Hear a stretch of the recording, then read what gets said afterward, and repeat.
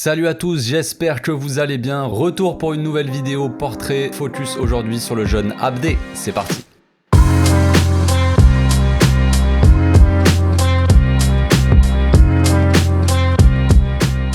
Au passage, n'hésitez pas à vous abonner à ma chaîne si vous kiffez mes vidéos, c'est le meilleur moyen de me soutenir.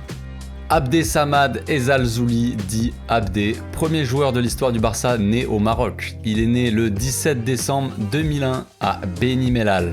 Son enfance n'a pas été facile, à l'âge de 7 ans, sa famille décide de quitter le pays et débarque à Carrus, quartier de la ville d'Elche, un des plus pauvres d'Espagne. Déjà à cette époque, il était très attiré par le Barça, d'après un de ses meilleurs amis d'ailleurs, il regardait beaucoup de vidéos de foot, surtout de Neymar. Son pote dit aussi que c'était un joueur de rue, déjà petit, il jouait avec ses grands frères et d'autres gamins un peu plus âgés. Il commence à jouer dans une petite équipe de quartier appelée la Peña Raval, ensuite il rejoint El Dama d'Elche ou encore El Kelme. Il finit par signer dans le club d'Elche, il est accompagné donc par ses parents et ses deux frères. Le plus grand, Abdelmajid, lui a toujours été d'un soutien infaillible. C'est même lui qui le conduisait et l'accompagnait aux entraînements tous les jours. C'est sa référence d'après Raúl Rodríguez, son premier coach chez les Benjamins. Donc il démarre avec la juvénile d'Elche en deuxième division régionale. Raúl Rodríguez se souvient d'un jeune assez nerveux sur le terrain qui se battait sur chaque ballon comme si c'était le dernier qu'il touchait. Il aimait pas perdre, même aux entraînements, et si ça arrivait, il s'énervait comme un ouf. Et un jour, Antonio Moreno, entraîneur de la filiale d'Hercules, l'a découvert. Ils ont vu qu'un match et ça leur a suffi, ils l'ont signé direct. Raúl Rodríguez disait que le staff technique d'Elche a dû s'arracher les cheveux quand il voit ce qu'il est devenu maintenant. Donc il avait 15 ans quand il a commencé dans les équipes de jeunes d'Hercules, mais il a rapidement été recruté pour l'équipe réserve. Physiquement c'était encore un enfant à l'époque, mais il était quand même différent. Il avait déjà des facilités en 1 contre 1 et il pouvait faire la différence à tout moment. Donc il a fait la pré-saison avec la B à ce moment-là, il a fait des bonnes choses et il est resté. Avec lui, l'équipe réserve d'Hercules est promue, même si au départ il ne jouait pas titulaire. Le coach préférait le faire rentrer en jeu pour casser un peu des reins, mais ensuite il a mûri et finit par être titulaire au final. Moreno dit que personne ne lui a rien donné gratos. Le gamin il a travaillé dur et quelle que soit la catégorie, il s'est toujours distingué. En dehors du terrain, c'est un gars un peu timide et un peu familier dans sa façon de parler. On l'a vu en interview il y a pas si longtemps d'après match là, c'était marrant. Mais voilà, sur le terrain, il change totalement le gars. C'est un ailier qui aime provoquer et créer des occasions. C'est un vrai mort de faim quoi. Mais ça on a pu le voir un peu sur les derniers matchs. Le président d'Hercules s'est bien occupé de lui à l'époque, il avait pas le budget pour acheter des grands joueurs, donc c'est pour ça qu'il prenait soin un peu de leurs jeunes pépites. Abdé voyageait tous les jours d'Elche à Alicante pour s'entraîner. La plupart du temps son grand frère l'emmenait et quand il ne pouvait pas, c'était le coach qui le ramenait chez lui par exemple. Il déjeunait et dînait dans une résidence qui travaille avec le club et qui se trouve à 3 km du stade. Donc voilà, le gamin il était choyé. Après avoir fait la pré-saison avec la première équipe pour jouer en Segunda B, il s'entraîne donc sous les ordres de Luis Planaguma, coach de la A. Son nouveau coach dit qu'Abdé est un joueur très différent des autres et que si la réserve a été promue, c'est en grande partie grâce à lui. Donc le 1er décembre 2019, il fait ses débuts lors d'un match contre Olot, je sais pas comment ça se dit. Son contrat est ensuite renouvelé jusqu'en 2022. Lors de la fameuse saison 2019-2020, saison inachevée à cause de tout ce bordel qui n'en finit jamais, Abdé est apparu dans 4 matchs, alors que celle d'avant, il avait joué 17 matchs et marqué 2 buts.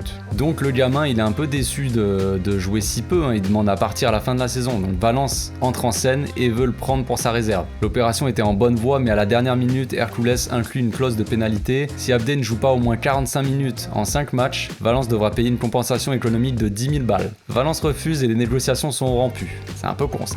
À partir de ce moment-là, Abdé il commence lui à se chauffer un peu, tu vois. Hercules change de coach et le joueur devient indiscutable. En 2 mois, il met tout le monde d'accord et son talent commence à faire un peu de bruit en Espagne. Ramon Planes, ancien secrétaire technique du Barça, s'intéresse aux petits. Il a reçu des bons rapports des recruteurs et il allait le voir quand Hercules jouait à Cornellà et Llagostera. Il s'est aussi déplacé en avion jusqu'à Valence pour le rencontrer en personne. Planes était content du joueur, que ça soit sur le côté sportif ou le côté plus humain. Il a aimé le caractère et la personnalité du gamin. À un moment aussi, le Real était intéressé, mais le Barça avait une longueur d'avance dans le dossier. Et alors que le transfert était en bonne voie, Hercules complique encore les choses. Ils veulent que le joueur reste en prêt pour la saison, alors que le Barça, eux, ils le veulent tout de suite dans son équipe. pour l'équipe B évidemment. Hercules avait rejeté toute possibilité de vente d'Abdé à ce moment-là. Pour eux, Abdé allait être la grande recrue pour la saison 2021-2022. Donc sauf offre exceptionnelle, il ne partirait pas. Après quelques jours de tension et à quelques heures de la fermeture du mercato d'été, le Barça finit par déposer les 2 millions de la clause du joueur. Hercules n'a pas lâché l'affaire car Abdé était leur principal atout. Il n'avait personne d'autre qui pouvait faire la différence dans l'équipe. Donc financièrement, Hercules sont quand même contents pour un joueur qui ne leur a rien coûté. Il laisse dans les caisses 2 millions d'euros en pleine crise économique. Abdé finance à lui seul le projet de cette année et la moitié de celui de l'année prochaine. Donc bon, après ça reste un petit club, donc ils n'ont pas le budget du Barça évidemment, mais bon, c'est pour la petite anecdote. Au passage les gars, on peut tous remercier encore une fois le petit Moriba. Grâce à lui, non seulement on a pu voir éclore Nico et Gavi en équipe A, mais en plus de ça, son transfert a financé l'arrivée d'Abdé.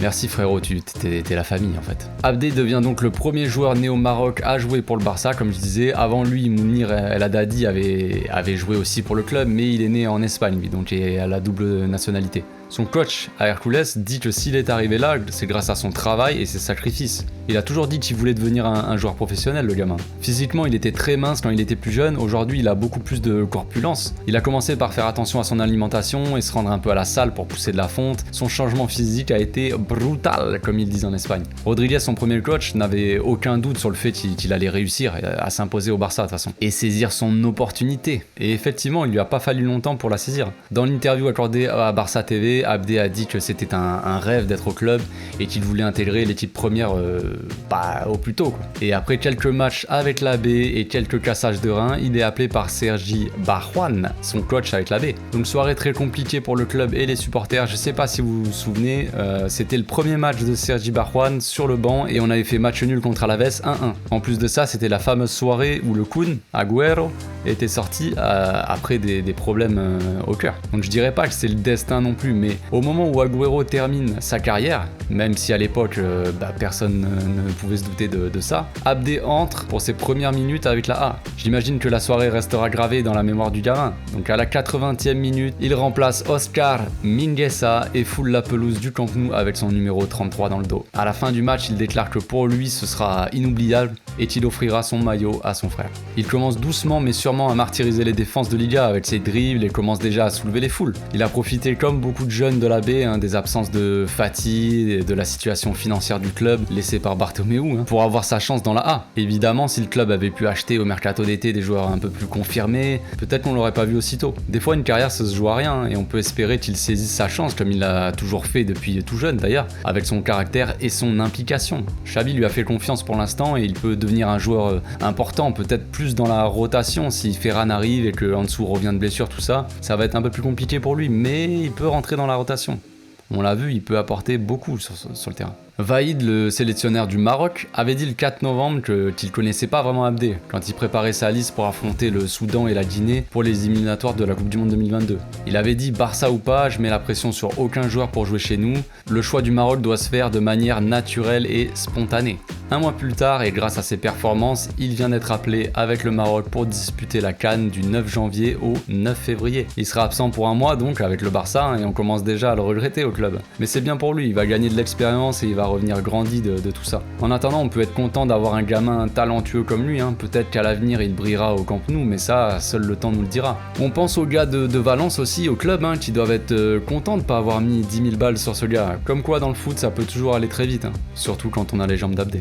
Voilà, c'est tout pour aujourd'hui, j'espère que ma vidéo vous a plu, j'en referai sûrement, la prochaine sera probablement sur Araujo. D'ici là, je vous souhaite de bonnes fêtes les amis, profitez bien avec la famille, je vous dis à très bientôt, ciao.